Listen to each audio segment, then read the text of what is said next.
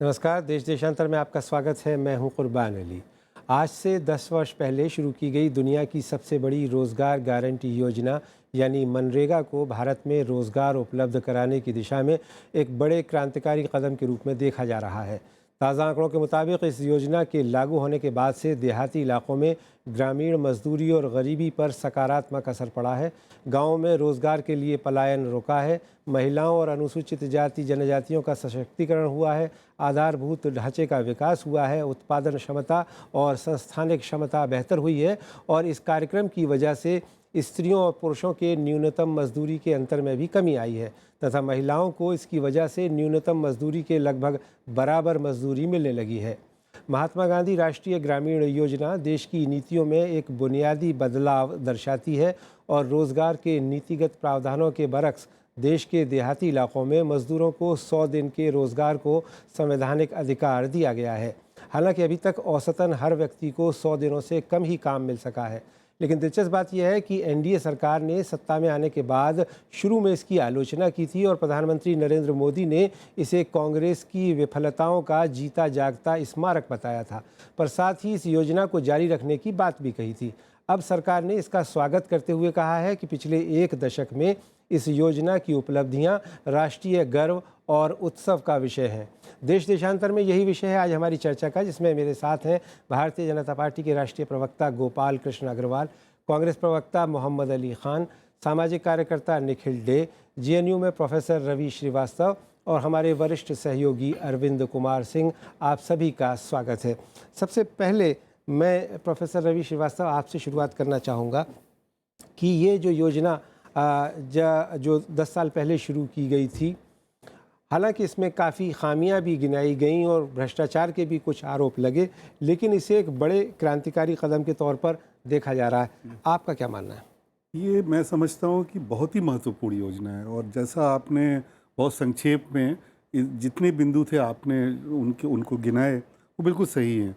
इसने ग्रामीण क्षेत्रों में जो तब्दीली हुई है उसमें एक महत्वपूर्ण भूमिका अदा की है और इसको अब सिर्फ देश में ही नहीं विश्व भर में ज़रूर एक मत था जो इसको शुरू से ही नकारता रहा है और इसकी भूमिका को नकारता रहा है जी। लेकिन पूरी दुनिया में इसको एक महत्वपूर्ण योजना के रूप में आज स्वीकार किया गया है।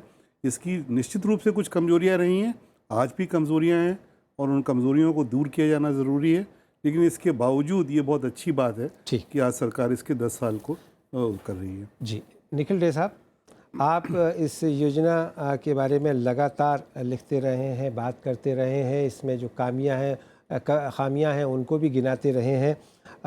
आपको क्या लगता है कि 10 साल बाद कहां पहुंची ये योजना अपने उद्देश्यों को प्राप्ति की, अगर हम बात करें तो? इसकी संभावनाएं तो अपार है जी, आज भी है और जब शुरू हुआ तब भी थी।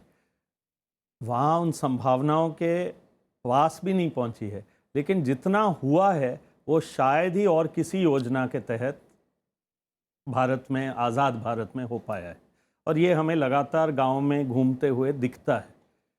एक बहुत महत्वपूर्ण चीज़ है अभी कि जैसे आपने कहा कि अब एनडीए यूपीए वाला फ़र्क नहीं, अब समय आ गया है जब दोनों कह रहे हैं कि इस योजना का बहुत बड़ा असर है और इस साल जो ग्रामीण संकट हुआ उस संकट को समझते हुए पता चला है कि ये नहीं हो तो बहुत बहुत भारी परिस्थिति सामने आएगी।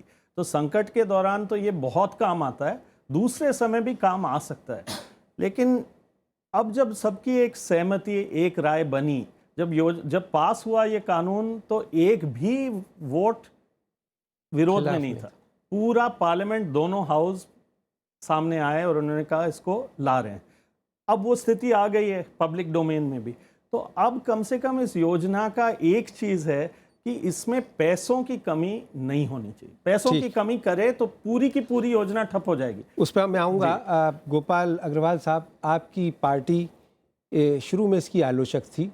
ख़ुद प्रधानमंत्री नरेंद्र मोदी साहब ने सत्ता संभालने के बावजूद इसकी आलोचना की, लेकिन बाद में ये भी कहा कि भाई इसको हम बंद नहीं करेंगे और आज सरकार की तरफ से ये बयान आया है कि साहब ये एक ऐसी योजना है जिस पर गर्व किया जा सकता है। तो क्या ये माना जाए कि जो आपका विरोध था वो एक राजनीतिक तौर पर था या कोई और कारण भी था?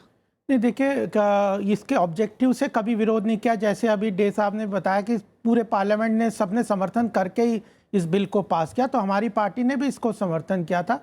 ऑब्जेक्टिव से कहीं विरोधाभास नहीं था। हमारे यहाँ भी चर्चा होती थी, तो ये इसने अच्छा इफेक्टिव इंस्ट्रूमेंट की तरह था। जो इसमें लीकेजेस थे या जो ऑब्जेक्टिव इसके जो इम्प्लीमेंटेशंस की प्रॉब्लम्स थी, उनके ऊपर बहुत ज़्यादा सवालिया निशान हमने ही नहीं लगाया, सीएजी वगैरह की तरफ से भी।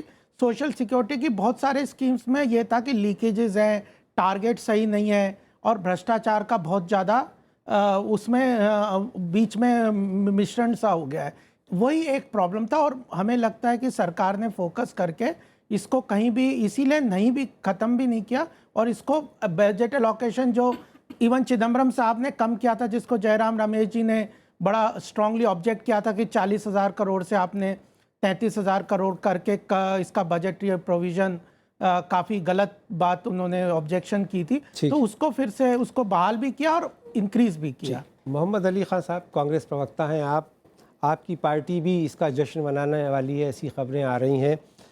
किस रूप में देखते हैं आप कि 10 साल में आपकी इस नीति से क्या देश को वाकई लाभ हुआ और इसे आगे रखे जाने की ज़रूरत है? और दूसरे ये कि इसको लेकर के जिस तरह की आलोचना हुई है, उसको आप किस रूप में देखते हैं? देखिए, जहाँ तक ये सवाल है कि इससे फ़ायदा हुआ है कि नहीं, इसमें तो कोई दो राय हो ही नहीं सकती कि इससे फ़ायदा हुआ है जी। आंकड़े सबके सामने हैं। निखिल सर आपके सामने मौजूद हैं, वो ही is a better authority than I am on this, but और उन्होंने बहुत अहम रोल भी निभाया था इसके क्रियान्वयन में, और वो आपको बताएंगे कि क्या पिछले 10 साल में क्या हासिल हुआ है इस स्कीम के नीचे। 60 लाख से अधिक टॉयलेट्स बने हैं, औरतों को इतनी लाखों करोड़ों औरतों को गरीबी से निकाला गया है और मर्दों को भी एम्पावरमेंट हुआ है। इतने सारे बैंक अकाउंट खुले जितने और किसी स्कीम में ना खुले हों आज तक।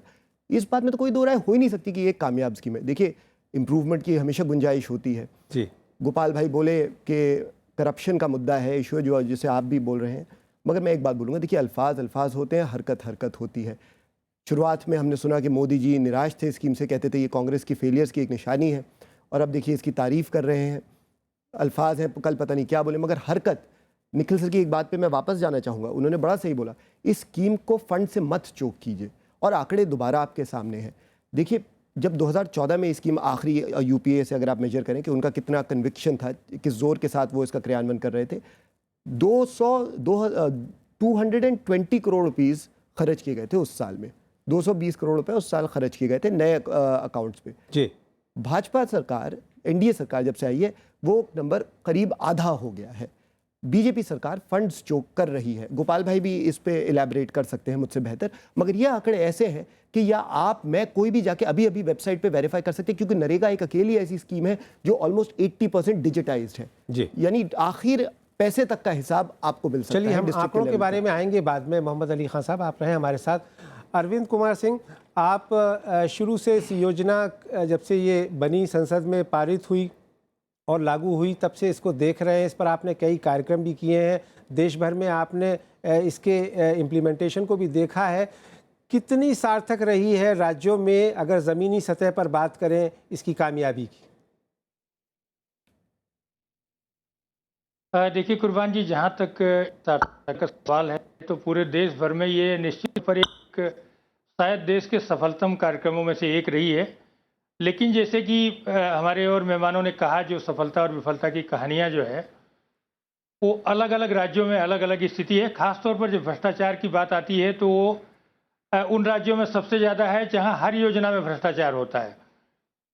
लेकिन अगर आप इसकी सफलता की कहानियों को देखना चाहें तो राजस्थान में है, और त्रिपुरा में तो सबसे बेहतरीन जो है काम हुआ है, और इतना बेहतरीन हुआ है, इतना ज़्यादा सशक्तिकरण आदिवासियों का हुआ इस योजना से कि इसकी जो सफलता की कहानियाँ इतनी ज़्यादा हैं। आप तालाब बनाने से लेकर के अंडरपास तक बनाए जा रहे हैं, टॉयलेट बनाए जा रहे हैं, लेकिन इसका जो आप ये मान के चले, जो गरीब आदमी पर जो इसका असर हुआ, ग्रामीण गरीब पर, तो हमारा ये मानना, जिस तरह से पिछले एक दशक में कृषि संकट से गुजर रही है, जिस तरह से दिक्कतें आ रही हैं, उसमें आत्महत्याओं के आंकड़े बहुत ज़्यादा होते अगर ये योजना नहीं होती जो है कुर्बान जी। दूसरी बात एक महत्वपूर्ण है कि जो श्रमिक हैं, जो कि खेतीहर श्रमिक हैं, उनका पलायन रुका है इससे। जो बहुत सारे छोटे किसान जो थे उनको उनके जो सॉइल हेल्थ उसकी इम्प्रूव हुई है। जो है जल संरक्षण के बहुत सारे महत्वपूर्ण काम हैं जो कि किए गए हैं। तो कुल मिला के ये गांव के लोगों ने खुद फैसला करके जी बहुत सारे इंफ्रास्ट्रक्चर खड़े किए हैं, लेकिन कमजोरियां तो है, इसमें कोई संदेह नहीं।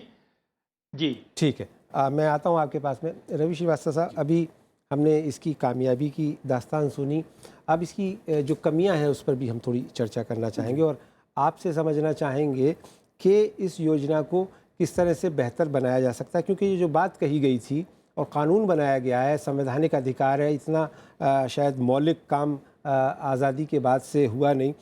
100 दिनों की बात कही गई थी, लेकिन 100 दिनों का रोज़गार मिल नहीं पा रहा है। 53, 43 ये आंकड़ा जा रहा है। एक तो ये सवाल है, और दूसरे ये कि जो इसमें भ्रष्टाचार की कहानियाँ आ रही हैं और जो आरटीआई के तहत जो जानकारियाँ मिल रही हैं, उनको किस तरह से दूर किया जा सकता है और इस योजना को बेहतर बनाया जा सकता है ताकि वाकई जो देश में गरीबी की दर है वो कम हो सके। जी देखिए, इसके कार्यान्वयन में, इम्प्लीमेंटेशन में जो मेन चीज़ है वो पॉलिटिकल और administrative will the state governments की।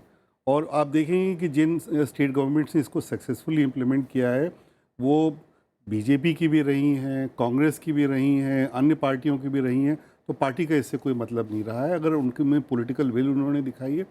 और एडमिनिस्ट्रेटिव रिफॉर्म्स, इसके ज़रिए IT based, non IT based इतने एडमिनिस्ट्रेटिव रिफॉर्म्स हुए हैं। और जैसे आंध्र प्रदेश में एंड टू एंड आईटी को लागू करना, इस्तेमाल करना, और उसकी वजह से बहुत ही सक्सेसफुली ये इम्प्लीमेंट हुई है स्कीम। जी लेकिन जो दो मेन फेलियर्स रहे, एक तो फंड फ्लो की बात बीच में आई थी, और जब भी स्टेट गवर्नमेंट और कई सालों से सेंट्रल गवर्नमेंट अपना हाथ खींचती रही है, ऐसे नहीं कि सिर्फ बीजेपी सरकार नहीं, उसके पहले भी यूपीए गवर्नमेंट की बात अग्रवाल जी ने कही, ये बिल्कुल सही बात है। और दूसरी बात ये कि ये स्कीम कभी भी वस्तुतः डिमांड ड्रिवन, एक्चुअली जब ये कंसीव की गई थी तो as a demand driven scheme, जी और लेकिन ये डिमांड ड्रिवन स्कीम नहीं बन पाई। ब्यूरोक्रेसी ने इसको सप्लाई ड्रिवन ही बना के रखा। तो वो कब नल खोलती है और कब उस नल को बंद करती है, ये उसका चरित्र हमेशा बना रहा। और क्योंकि ये स्कीम जेन्युइनली डिमांड ड्रिवन नहीं बन पाई, इसलिए उसमें हमेशा ये स्कोप बना रहा करप्शन का, ब्यूरोक्रेटिक करप्शन का, लोअर लेवल करप्शन का, इसमें स्कोप बना रहा। लेकिन फिर भी मैं कहना चाहूँगा कि ये स्कीम सेल्फ सिलेक्शन पर आधारित है। वही गरीब आता है इसमें काम करने जो मेहनत करने को तैयार है और उसके जरिए मजदूरी कमाना चाहता है। इसमें कोई सब्सिडी नहीं, सब्सिडी एसेट बिल्ड करता है। गांव में सबसे, आप किसी गांव में जाके देखें तो जो एसेट्स बने हैं, सड़क बनी है, ये पॉन्ड बना है, ये सब नरेगा के माध्यम से हुआ है। तो उस ज़रिए से देखिए तो जो कहानियाँ कही जाती हैं लीकेज की वगैरह, लीकेज है, उसको दूर किया जाना चाहिए। लेकिन सेल्फ सिलेक्टिव स्कीम है और इसमें लीकेज उतना नहीं है जितनी उसकी चर्चा होती है। ठीक। निखिल डे साहब, 2-3 चीज़ें कही गई कि साहब इसके आने से एक तो मजदूरी दर बढ़ी, पलायन रुका, महिलाओं में सशक्तिकरण आया, खासकर कमज़ोर वर्ग के लोग, अनुसूचित जाति और जनजाति के लोगों में एक मजबूती आई। लेकिन कुछ लोगों का कहना यह है कि अगर आप इस तरह की आदत लोगों को डाल देंगे, अपने देश के गरीब लोगों को, तो जो विकास जिस तरह से होना चाहिए, इंडस्ट्रियलाइजेशन का काम होना चाहिए, वो शायद नहीं हो पाएगा। और इसलिए इसको कुछ वक्त के लिए तो रखा जाना चाहिए, लेकिन अनंत समय के लिए नहीं रखा जाना चाहिए। क्या कहेंगे? पहली बात है कि ये लेकिन मेरे समझ में नहीं आता है। क्या महिलाओं को सशक्त नहीं होना चाहिए? क्या मजदूरों के दर नहीं बढ़ना चाहिए? ठीक है, और तो वो और बहुत संभावना है। ऐसा थोड़ी है कि हमारी महिलाएं पूरी सशक्त हो गई। और ये कोई डोल नहीं है। बार बार लोग कहते हैं डोल काय का काम कर रहे हैं लोग, इज्जत की पैसे ले रहे हैं, बहुत कठिन काम। हाँ, कठिन काम है, आप और हम नहीं कर सकते हैं।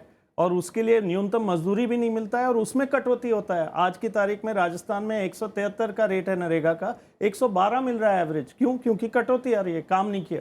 तो नाप तोल के एक एक पैसे का दे रहे हैं, तो किस बात का डोल? उसके बाद एसेट्स बन रहे हैं उस सस्ते भाव में। पूरे भारत के सड़कें बन रही है, पुल बन रहे हैं, खेतों में काम हो रहा है, जो खेत बंजर पड़े हैं उनको ठीक किया जा रहा है, पानी का स्रोत रोका जा रहा है। हर राज्य सरकार का जो अपना कोई योजना है उसको जोड़ रहे हैं इसके साथ। तो अनंत नहीं चले इस रूप में।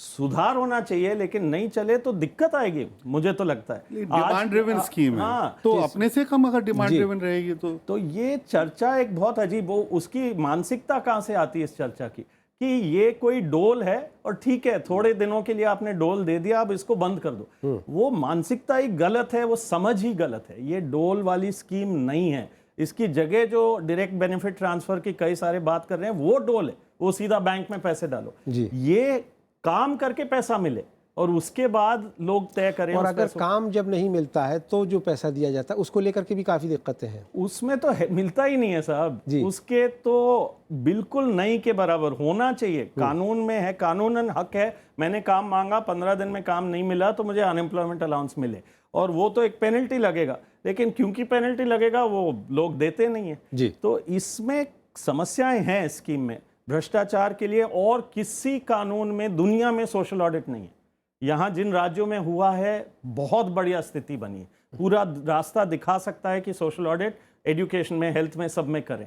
दूसरा जो MIS है, जो इसका कंप्यूटर वाला एंड टू एंड कंप्यूटराइजेशन, सबको दिख जाता है। आज मुझे पता है 14 राज्यों के पास पैसे नहीं है, तो उनके यहाँ कैसे चलाओगे उसकी। ठीक है, 30 तो इस किस्म के कुछ नए नए चीजें हैं जो बहुत लोगों को सीखने की जरूरत है। और ये बात नहीं हम उसको और चलाएं, अभी तो बात ही नहीं है इसको बंद करने की, इसको ठीक से चलाएं। अरविंद जी, आपको क्या लगता है कि इस नीति में, इस योजना में और क्या कुछ सुधार किए जाने की ज़रूरत है ताकि ये ज़्यादा प्रभावी ढंग से लागू हो सके और इसके बेहतर नतीजे मिल सके?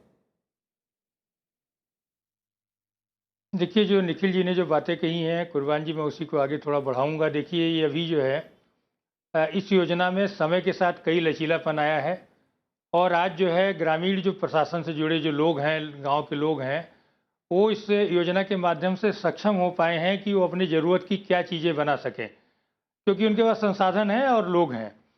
तो जो कमी है जिस पे दूर करने की ज़रूरत है, कि जो स्थायी महत्व की परिसंपत्तियाँ जो इसके माध्यम से बनाई जा सकती थी, उसके निर्माण में बहुत सारी खामियां बहुत सारी जगहों पर देखने को मिली हैं। और उसकी वजह भी है क्योंकि जो पंचायतें हैं कुर्बान जी, वो बहुत सक्षम नहीं हैं, उनको तकनीकी ज्ञान नहीं है, जो मजदूर ये हैं जो लगाए गए हैं।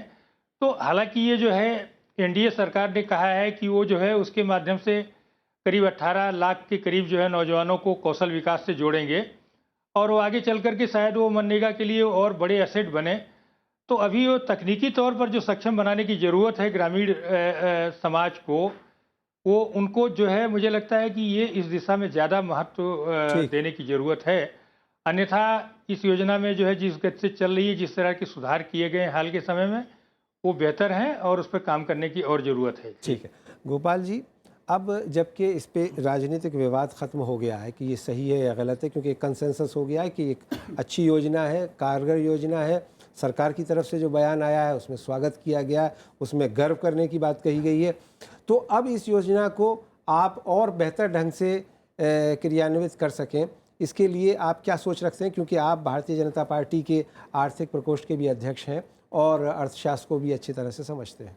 देखिए, सबसे बड़ी बात मुझे लगती है जो इसमें एक कमी, एक जो बाकी तो बताएं वो तो सब स्पष्ट है। एक लगता है कि इसमें केंद्र का रोल केवल एलोकेशन ऑफ फंड ही है, उसका बाकी जो है वो इम्प्लीमेंटेशन स्टेट लेवल पे ज़्यादा है। मॉनिटरिंग भी तो कर सकते हैं, मॉनिटरिंग कर सकते हैं, लेकिन जो है जो ग्रास रूट लेवल पे जो इम्प्लीमेंटेशन है, अब मुझे लगता है कि इसकी जो लोअर लेवल के जो तबके के जो इम्प्लीमेंटेशन के कर्मचारी हैं सरकारी, उनके अंदर वहाँ पे थोड़ी सी प्रॉब्लम अभी भी है कि उनकी जो विज़न है और वह जो इसके ऑब्जेक्टिव है, उसके विज़न में कहीं ना कहीं डिफरेंसेस है। और जो भ्रष्टाचार रुक गया, पहले इस बात को वो लोग बहुत अच्छी तरह से इम्प्लीमेंट करते थे क्योंकि इसमें बहुत भ्रष्टाचार था। अब सरकार ने कुछ जो ट्रांसपेरेंसी ला ले, या बैंक ट्रांसफर्स के कारण, बैंक इंफ्रास्ट्रक्चर बेटर होने के कारण और एसेट क्रिएशन के ऊपर ज़्यादा ध्यान करने के कारण, सोशल ऑडिट के कारण वो रुक गया है। तो उनके अंदर मोटिवेशनल फैक्टर कहीं लगता, तो उसको और ज़्यादा करने की आवश्यकता है। तो मुझे लगता है कि ये फ्लैगशिप कम बन सकती है, लेकिन इसमें जो आपने एक बात की है वो ज़रूर होगी कि अगर इसमें एसेट क्रिएशन का पार्ट बहुत सही ढंग से नहीं है, तो जो नितिन जी ने कहीं ना कहीं कहा था कि जो लेबर और मटेरियल का रेशो है उसको अगर हम थोड़ा सा और कर लें, बेटर कर लें मटेरियल में, तो एसेट क्रिएशन पे अगर फोकस ज़्यादा हो जाएगा तो जो इंडस्ट्री वगैरह को कई बार लगता था कि वेजेस हो, इंडस्ट्री को बहुत ज़्यादा, चाहे पंजाब वगैरह जगह जहाँ पे खेतियाँ वगैरह होती थी वहाँ के लेबर को प्रॉब्लम्स उन लोगों को फेस हुई, वैसे ये सारी बातों को और ध्यान ठीक रखना है। है। मोहम्मद अली खान साहब, आपकी पार्टी अब किस तरह से इसके बारे में सोच रही है कि इस योजना को जो कि चल पड़ी है, 10 साल पूरे भी हो गए हैं, नतीजे भी निकलने शुरू हो गए हैं, साबित हो गया है कि एक कारगर योजना है, तो आपके क्या सुझाव होंगे सरकार को इस योजना को और बेहतर बनाने के लिए? देखिए, सबसे पहले तो इसका क्रियान्वयन कीजिए। और एक बात है, देखिए मैं काफ़ी देर से ये डिस्कशन सुन रहा हूँ और एक बात उभर के आती है, ये सारी परेशानियाँ जो हैं, ये सारे सवाल जो है, 14 राज्यों को पैसा नहीं मिल रहा, स्कीम को लेके वो है, लैक ऑफ क्लैरिटी है, समझ नहीं है। सबसे बड़ी चीज़ तो इसकी यही है कि कोई पॉलिटिकल विल नहीं है, कन्विक्शन नहीं है इसे इम्प्लीमेंट करने का, राजनीतिक इच्छा शक्ति कहाँ है इसे इम्प्लीमेंट करने की।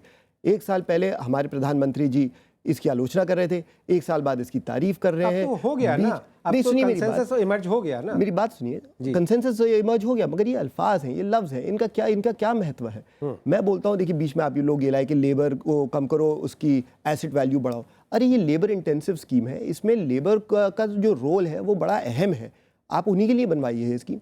देखिए, आप लोग ज़रूर, सरकार का फ़र्ज़ होता है किसी भी स्कीम को इम्प्रूव करना, कमियां होंगी, निखिल जी ने बड़ा सही कहा, इसमें सोशल ऑडिट है, जब सोशल ऑडिट होता था कमियां सामने आती थी, फिर आप उसका इलाज सामने पेश करते थे।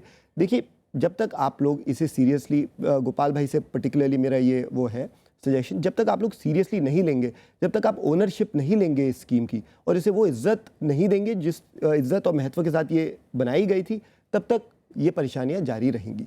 जी, ठीक है। निखिल डे साहब, मैं आपसे इस चर्चा के बिल्कुल हम अंतिम चरण में हैं, ये समझना चाहूँगा कि जो आपके रिजर्वेशंस रहे हैं, जिनको लेकर के आप आंदोलन करते हैं, प्रेस कॉन्फ्रेंस करते हैं और बात रखते हैं, कि सरकारी सतह पर आपको क्या शिकायतें हैं और उसका निवारण के लिए क्या सुझाव? तो नंबर 1 बात, पैसे नहीं तो स्कीम नहीं, कानून नहीं। बिल्कुल नेसेसरी कंडीशन तो है कि इसके डिमांड बेस्ड जो इशू है, जितना पैसा चाहिए 100 दिन के काम देने के लिए, उतना तो रिलीज करना ही पड़ेगा। और ये कोई अनूठी बात नहीं है। यदि आप 2010-11 के आंकड़े को देखो और उन्हीं को इन्फ्लेशन से जोड़ो, तो आज ये 64,000 करोड़ का स्कीम होना चाहिए उसी अनुसार। उसमें कोई बढ़ावा नहीं, केवल आप इन्फ्लेशन से जोड़ रहे हैं। तो इतना पैसा दें तो बहुत अच्छा फलेगा फूलेगा। और ये सारी चर्चाएं कैसे एसेट बने, कैसे उसको ठीक से चलाएं, सोशल ऑडिट में जम के करें और कार्रवाई करें। तो 2 चीजें हैं, पहले तो पैसा, और इसीलिए आज दूसरी चर्चाएं व्यर्थ होंगे यदि सरकार ये नहीं कहे कि नहीं। अभी भी जेटली साहब ने 5,000 करोड़ की बात कही थी जब बजट का स्पीच था, और आज तक 2,000 करोड़ ही उसमें से आज दोहराया है उन्होंने जी, आज दोहराया कि वो बजट में करने जा रहे हैं। हाँ, लेकिन अगले बजट में साहब, कि इस बजट में आज 2 महीने रहे हैं, 14 राज्यों के पास पैसे नहीं है, वहां काम देंगे क्या? काम देंगे तो पैसा देंगे क्या? मजदूरी देंगे क्या? वही डिले, वही समस्याएं, वही चीजें होंगी। और वही प्रॉब्लम हुई थी यूपीए के आखिरी 3 सालों में और एनडीए के जो शुरुआती दौर, वो हटाना है हमेशा के लिए। उसके बाद हमें यहाँ जो बात हुई, सोशल ऑडिट में गड़बड़ियां निकलती है, कार्रवाई करें। पॉलिटिकल क्लास बचाता है अपने ही लोगों को, तो ढंग से उसमें कार्य। प्लानिंग की प्रक्रिया जहाँ कमियां आ रही है, तो उसमें एसेट ठीक से बनने लग जाएंगे अपने आप। हम डिसेंट्रलाइज लोगों को वो हक देंगे। और आपने जो कहा मॉनिटरिंग की बात, ये ऐसे माध्यम है जब ये हम लोगों को ताकत दे दें और हम पूरी पारदर्शिता लाएं और जहां गड़बड़ियां हो वो हम कार्रवाई करें, ये 3 चीजें करने लग जाएंगे तो मॉनिटरिंग सबका आसान हो जाएगा। तो बहुत संभावनाएं हैं इसमें, एक ऐसा मौका है। लेकिन हम अपील करते हैं, आपको अपील करते हैं साहब, ये पैसे रिलीज कीजिएगा, ये परिस्थिति नहीं आए। नरेगा का वेबसाइट बताता है 14 राज्यों में पैसा नहीं है, ऐसी स्थिति नहीं। जी, बहुत संक्षेप में देखिए, आज ही सुप्रीम कोर्ट ने, कल ही सुप्रीम कोर्ट ने राज्य सरकारों से national food security act, MNREGA, mid day meal का लेखा जोखा मांगा है। 14 इतने सारे स्टेट्स में, 9 स्टेट 10 स्टेट्स में सूखे की स्थिति चल रही है। इस समय जो आर्थिक क्रियाएं बहुत शिथिल है, और उसके संदर्भ में ये बहुत ज़रूरी है कि इन कार्यक्रमों को बहुत कायदे से लागू किया जाए। इसका रिकवरी हुई है जरूर मनरेगा की, आज भी 53% मजदूरी मजदूरों को जो काम कर रहे हैं उनको हाथ में नहीं मिल रही है, और काम दिया नहीं जा रहा है क्योंकि राज्य सरकारों को पैसा नहीं मिल रहा है। तो ये बहुत ज़रूरी है कि पर्याप्त रूप से, देखिए पॉलिटिकल विल की बात है, गरीबों के पक्ष में हम सब लोगों को एक मत बनाना चाहिए कि उनके पक्ष में देश में काम हो और उसी से सस्टेनेबल डेवलपमेंट भी देश का होगा। ये बहुत ज़रूरी है। और जैसा कि निखिल ने कहा, ग्रास रूट लेवल पर कैपेसिटी बिल्डिंग, ट्रांसपेरेंसी, और उसी के माध्यम से योजनाएं ठीक बनेगी और कार्यक्रम भी ठीक चलेगा। चलिए, बहुत बहुत शुक्रिया जी। बहुत मैं संक्षेप बस में यही कह रहा हूँ, इन्होंने कहा, मैं बताऊँ, इस बार जो बजट में फोकस रहने वाला ग्रामीण क्षेत्र और एग्रीकल्चर किसानों के बारे में, बहुत सरकार ने काफ़ी ज़्यादा हिंट्स दिए हुए हैं, फाइनेंस मिनिस्टर और प्रधानमंत्री ने, कि इस बार बजट ग्रामीण क्षेत्र के लिए अच्छा होगा। तो हम भी उम्मीद करते हैं, हमारी पार्टी की तरफ से भी। चलिए, लेकिन अग्रवाल साहब 2 महीने अभी उसमें पैसे दीजिएगा। ठीक है, चलिए, बहुत बहुत शुक्रिया गोपाल अग्रवाल साहब, मोहम्मद अली खान साहब, निखिल डे साहब और रवि श्रीवास्तव साहब हमारे साथ इस चर्चा में जुड़ने के लिए, और साथ ही हमारे सहयोगी अरविंद कुमार सिंह जी, आपका भी बहुत धन्यवाद।